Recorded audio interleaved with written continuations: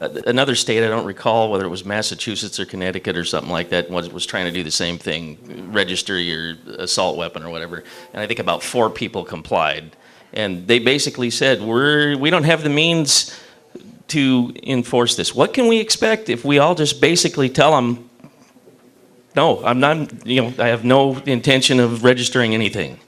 It's unconstitutional. Too bad we're not doing it. None of us. So your question is, what if we don't comply, and who's that question to? Well, anybody basically who wants to field it. What do you think we can expect if we take that tact? Mark, go ahead. I guess Mark's going to field it. Well, here's the question. Do you have a line in the sand?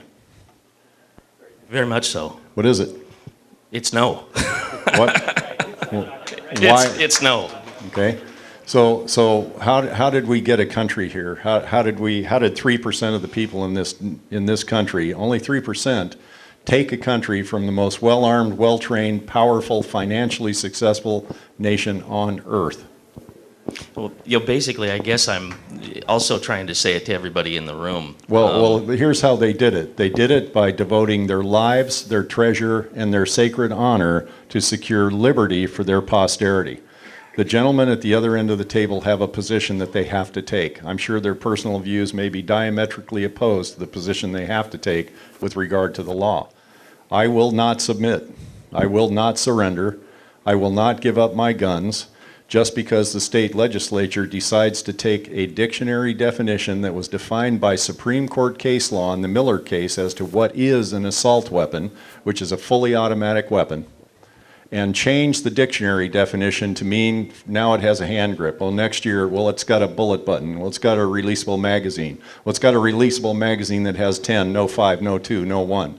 No, you have to take the gun apart to be able to reload it. I mean, those are moving targets that I'm not going to comply with. Sam is right. You have a few choices. Don't comply, don't submit, take your chances with the wobbler. And by the way, under California new sentencing guidelines, it's only a misdemeanor to have unpermitted sex with an unconscious person. It's not against the law to be a child prostitute now, but I'm not going to touch that one. But it is against the law to have a magazine release on your weapon.